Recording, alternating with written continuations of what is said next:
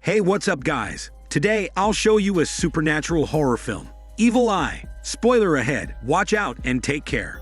The film begins with a story in a mysterious land where three sisters born as triplets catch everyone's attention every time they accompany their mother to the village. A mysterious old woman helps one of the sisters as she trips and discreetly steals the ribbon from her hair. Later that night, one sister wakes up as she hears some noises and lets out a terrified scream after seeing a witch sucking the blood from her other sister. Cut to the present day, an adolescent, Nala, wakes up after hearing the beeper on her sister's back go off. Their parents, Becca and her husband, rush to the room and insert a syringe into the sister, Luna, to calm down the seizures. Becca cannot help but shed tears as her mysterious illness worsens. The following day, their doctor suggests hospitalizing Luna as her body is failing and becoming resistant to the treatment, which leads to an argument that night.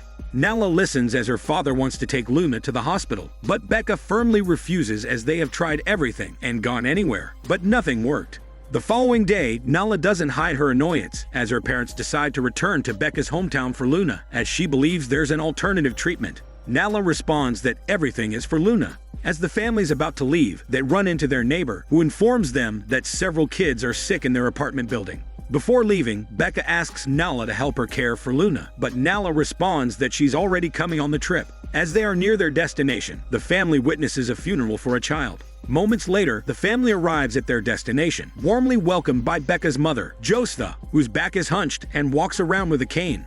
Upon entering, Nala's attitude kicks in, as there's no signal or Wi-Fi in the home, so Becca asks her to take Luna to the garden. Nala rolls her eyes as she sees the pool full of leaves, but they light up as she sees the topless gardener. They return to the house shortly after, where Nala witnesses her mother arguing with Josepha, who tells Becca that she should not have returned, especially with her daughters. Despite her fear, Becca claims she will do anything for her daughters. Josepha changes the subject after seeing Nala eavesdropping and informs Becca that she has a maid in a relationship with the gardener. Josepha takes them to the kitchen, where the girls meet the maid. At dinner, Josepha insists on asking Becca's husband if he genuinely agrees to the trip's purpose, pissing off Becca. However, he still respectfully answers and replies that there's an epidemic in their apartment building, leaving children sick, so he wants to get help for Luna. Josepha becomes suspicious, as only Nala and Luna haven't caught the epidemic, but Becca changes the subject, with a public display of affection on the table. After dinner, the maid visits the girls, knowing that the countryside is too quiet for them. She then shows a dress, gifted by Josepha, to Nala, but Nala calls it disgusting. Luna asks the maid to tell them a rural legend, but she refuses as most of them are scary. However, Luna insists that she will not get frightened, so the maid agrees to share the legend of the triplets. A long time ago, an evil being started to visit three sisters while they were asleep. An evil witch sucked children's blood to steal their youth so she could stay young forever. Year after year, the wicked witch sucked the blood of one of the triplets every night, leaving her to deal with many health issues. So the other two sisters hid a pair of scissors under the mattress for protection. It was believed that scissors repel witches, but they were too late, as the witch had sucked too much blood from the sister. So the desperate sisters walked to a distant cabin, where a sorceress from the Caribbean lived. One was scared, while the other was determined to help their ailing sister, so the sorceress proposed a deal. She would teach them how to make a baka, which can be used to save their sister's life, but there's always a payback. Baka is a mythological creature that comes from the darkest corners of the Caribbean and will make any witch come true. But in exchange, it brings evil to the asker. Also, in exchange for helping them, the sisters would ask for riches and give them to the sorceress. So the sisters follow the legend and buried an ostrich egg with the blood of a goat, a snake, and a child under the full moon in a particular place only known to witches. After the sixth day, something was born from the egg, and with the baka, the ailed sister got better, but never recovered completely. The sisters kept their part of the deal, but the sorceress kept them as servants, promising to teach them the secrets of dark magic, alluring one of them. However, the other sister chose to stay away from dark magic. One day while working as an apprentice for the sorceress, the brave one found her sick sister's ribbon. However, she realized that the sorceress was the same witch who made their sister sick, so she decided to kill the sorceress. The storytelling is cut off as Becca enters the room and forbids the maid from telling rural legends to her daughters. After this, she leaves the maid with Luna while she talks to Nala downstairs. Becca informs her that they will go tomorrow to find an alternative treatment for Luna, pissing off Nala because she needs to deal with bitter Josepha. Nala's disrespectful attitude increases, and she calls Becca by her name, just as Becca does to her mother. While Becca leaves in frustration, Nala notices her grandma upstairs eavesdropping. Later, Josepha eavesdrops again on the couple, as they worry about leaving their daughters to their grandmother. Josepha stays and watches, as the couple makes up by being intimate. The following day, Becca reminds Nala that they will talk once they return. Later that day, Josepha starts addressing Nala as Mamita, telling her there are rules to follow now that they live in her house, such as not letting any food go to waste, despite Nala being a vegetarian. She is also forbidden to swim and wear a swimsuit, as the locals might think she's a whore. Later that night, Nala pretends to be asleep as she hears her grandma entering their room. Josepha suddenly places her hand a few inches away from her face while murmuring. After that, she leaves the room, but hurriedly without using the cane. In fear, Nala locks their room. The following day, Nala asks the maid about the end of the legend of the triplets. However, the maid refuses as she will get in trouble, but Nala points out that her mother is away. So the maid continues the story. After realizing that the sorceress made their sister sick, the two sisters sneaked into her cabin, found the witch's skin inside a pumpkin, and sprinkled it with salt inside and out. They waited for the witch to return from flying, and watched as she burned from the inside out. However, before her death, she cast an evil eye on the sisters with her final breath. The witch swore envy would be their doom, so the triplets suffered one last tragedy. The Baka took their mother's life, and the sisters didn't even realize they killed their mother that way. So the sister who refused to use dark magic earlier amended her mistake by stabbing the Baka to death, but leaving their ailed sister sick to the end of her days, and the two sisters estranged forever. One continued practicing dark magic, while the other swore never to do it again. The witchcraft spread through the village, forcing them to go into hiding. The story ends in time as Josepha enters the kitchen and orders Nala to clean the pool if she wants to swim and not ask other people. Nala firmly refuses to leave Luna, but the maid assures her that she will take care of Luna, leaving Nala with no choice but to clean the pool.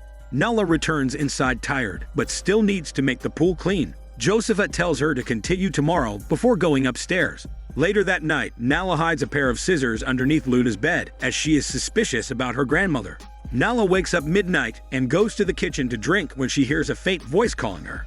She follows it and finds a live Baka in the cooker, prompting her to run upstairs in fear. However, she finds witchcraft tools in Josepha's room, including Luna's elephant bear pinned by nails. Aside from that, Nala also sees a witch's skin inside a pumpkin when she notices that Josepha is suddenly gone from her rocking chair. Suddenly, a hand from the pumpkin grabs her. Nala wakes up from the nightmare and notices someone by Luna's footbed.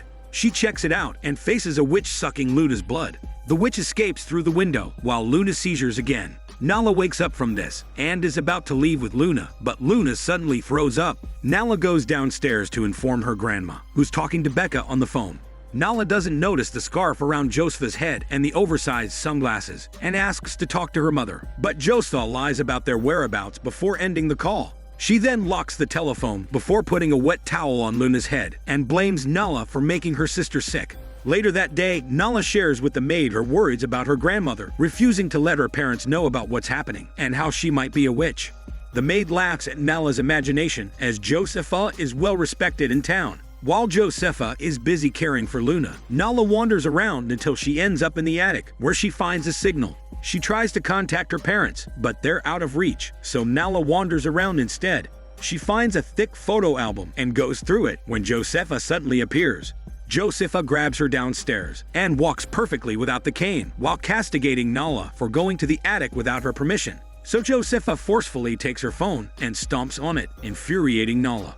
Later that night, Nala goes through the photo album with Luna. They find a picture of Becca, together with Josepha and Becca's grandmother. Later that night, Nala wakes up as she feels Luna moving back and forth. She looks down and sees someone under the sheet. It stops after realizing that Nala is awake, but an old woman suddenly emerges from underneath and puts Nala asleep with a spell. After that, she returns, sucking Luna's blood. As soon as she wakes, Nala checks her sister's foot and finds it red with blood from bites. So she forces Luna to escape the house with her. They run into the woods, where they find the maid and the gardener's cabin, but Luna is too weak to walk by then.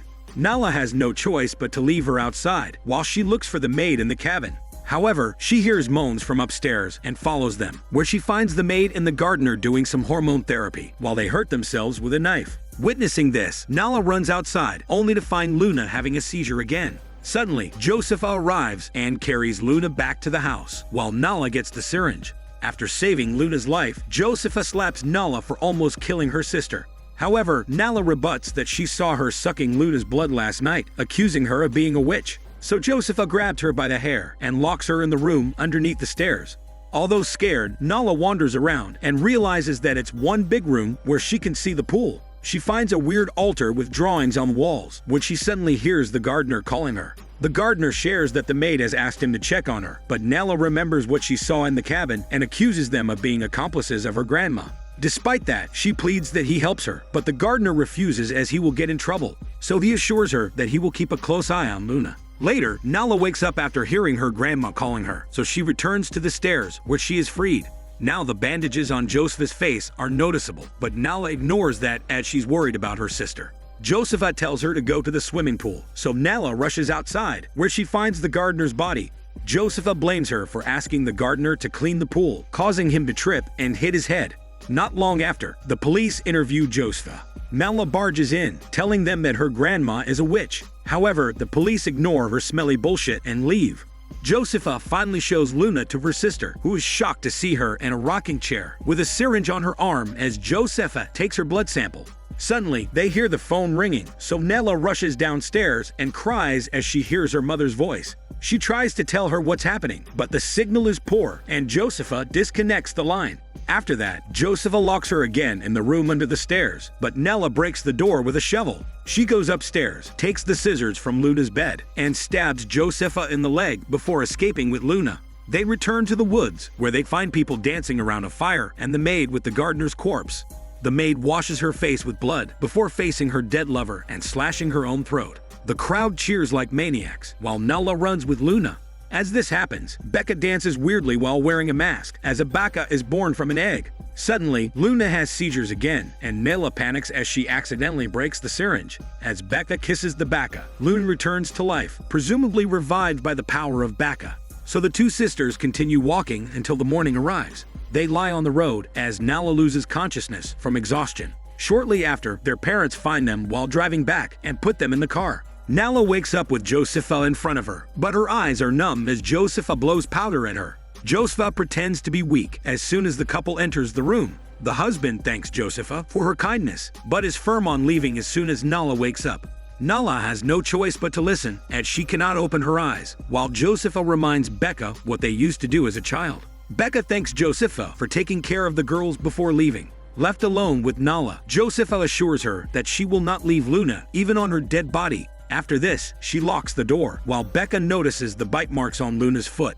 Realizing something, she tells her husband to fetch Nala if she's not back in 5 minutes, before returning inside to confront Josepha. However, as she enters Josepha's room, Josepha knocks her unconscious, claiming that she will keep her daughters away from her, for the same that Becca did to take her mother away. Elsewhere, Nala finds more pictures of Becca and Josepha, together with a sick girl who turns out to be their ill sister. It reveals the epidemic in their apartment building because of Becca sucking children's blood at night to keep her young. Becca is actually the sister in the legend that continued practicing witchcraft, while Josepha is the sister who refused to use dark magic.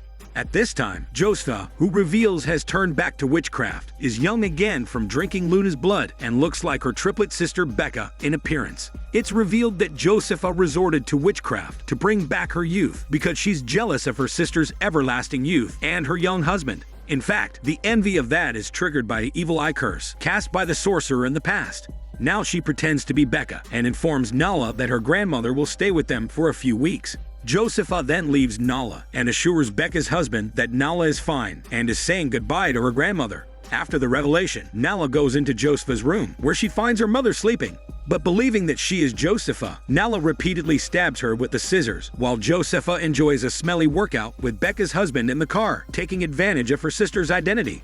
Nala then pours a pack of salt on Becca, unknowingly burning her mother to death. Josepha manipulated Nala to kill Becca because she blamed Becca for causing their mother's death by trying dark magic in the first place. After that, she cleans herself and wears the disgusting dress from Josepha before going outside. Josepha comments that she wore the dress, but Nala remains silent and gets into the car.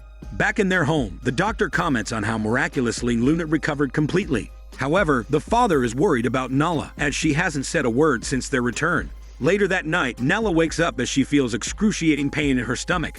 She looks down and realizes that she got her first period. She puts her tainted bedsheet and clothes in the machine when she hears something. She follows it, only to find the Baka hidden in a box.